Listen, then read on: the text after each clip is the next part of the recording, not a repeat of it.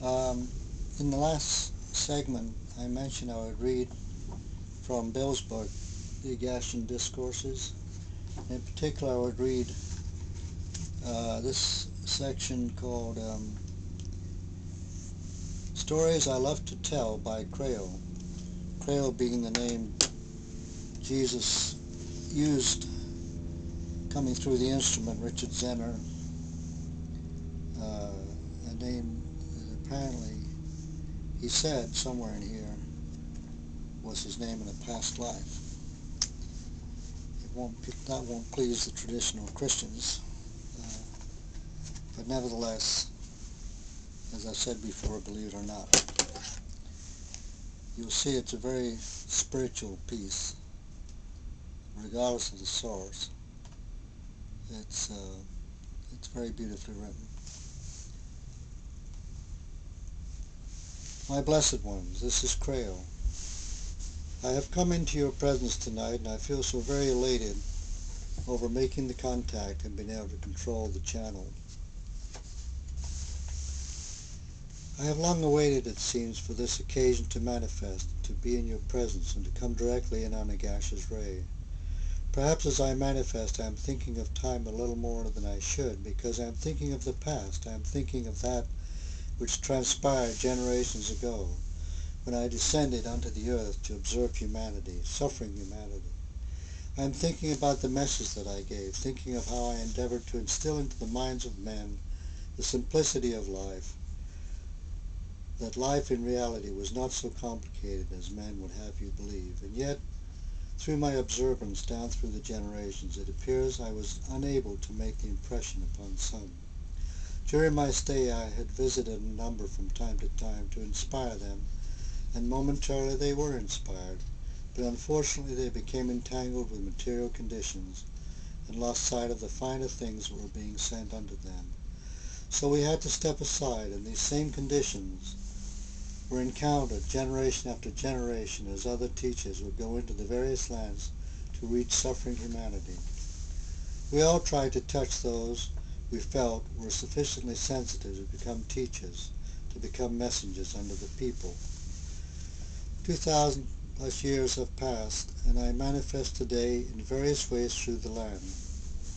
Perhaps it could be said that I manifest in the light of which men may understand me. Yet in reference to my past life, when I had appeared unto the people in the various categories of the earth, it is evident that many do not understand me. It is not that I am striving to hold back anything from humanity, no. Much that I had said had been misinterpreted.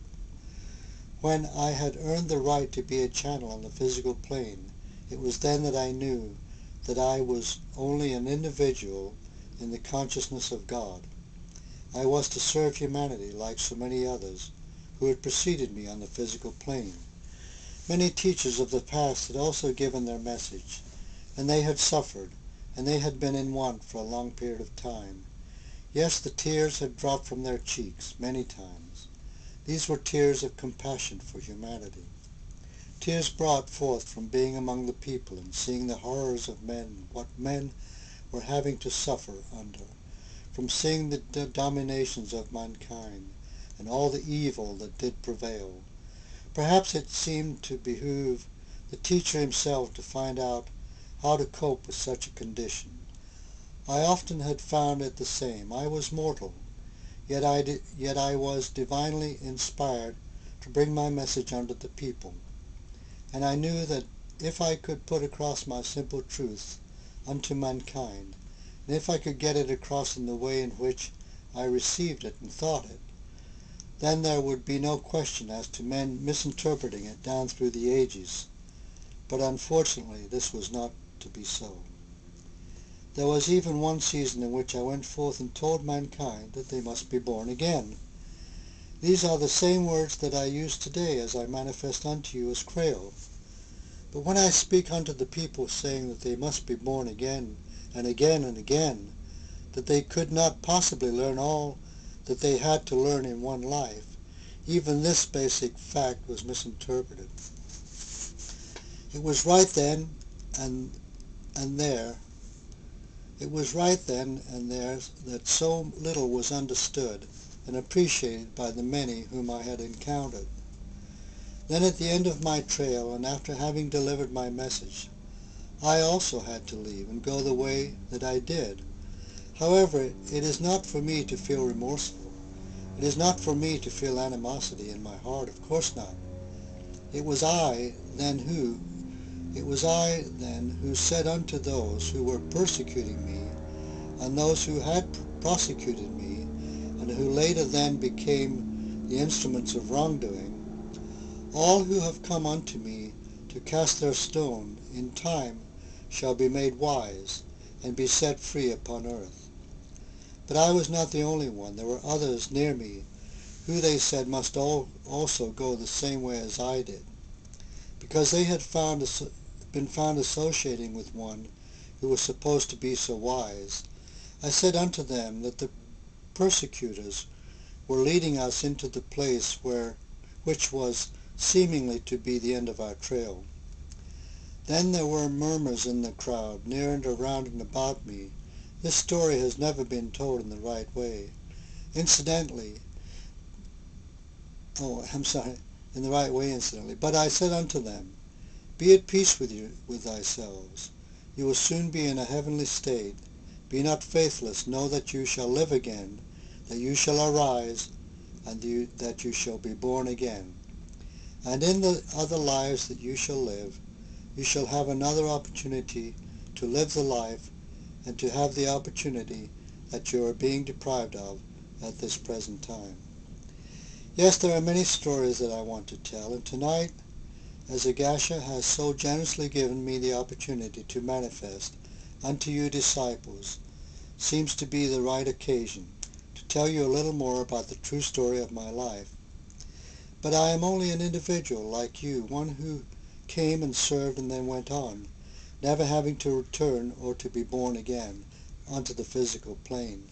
Tonight I feel very inspired, but be it known that in my last life on earth, I only represented the masters before my time, and the masters who have returned generations after my expiration and my ascension.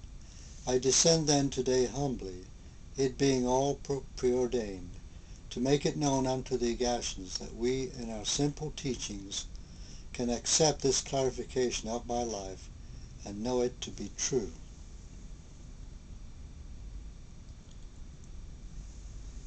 My early years. When I came into Palestine, when I came into that consciousness and entered my body, naturally it was through the same process that you children go through. Prior to this life, I had lived in the Great Peace Period in Austa. That's A-U-S-T-A, and I think that's the ancient name they give as Egypt here. And I had come back during the Peace Period to bring forth light and to enjoy life. Yet I knew then that I would have to return again, that I would be sent back to finish. In the beginning, I was not aware of these previous lives, and I did not understand all that had come upon me, nor, not in the beginning. I had certain things and pinnacles to reach before I could understand very much the same as you children today. I came into life under great duress. Not I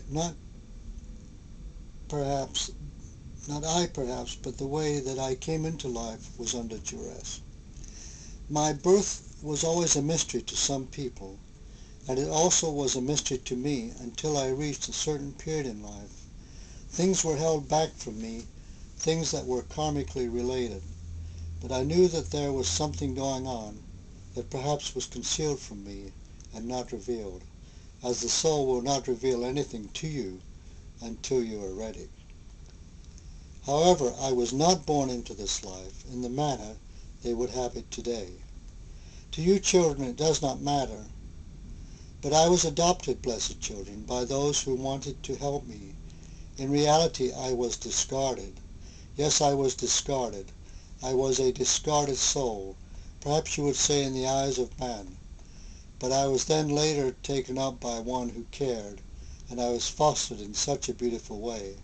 I was cared for and well fed, and I realized then that I was not really an orphan. This is interesting. I hadn't read this part. So much for the Immaculate Conception. And apparently he's saying here he was adopted. Well, we'll continue in a minute.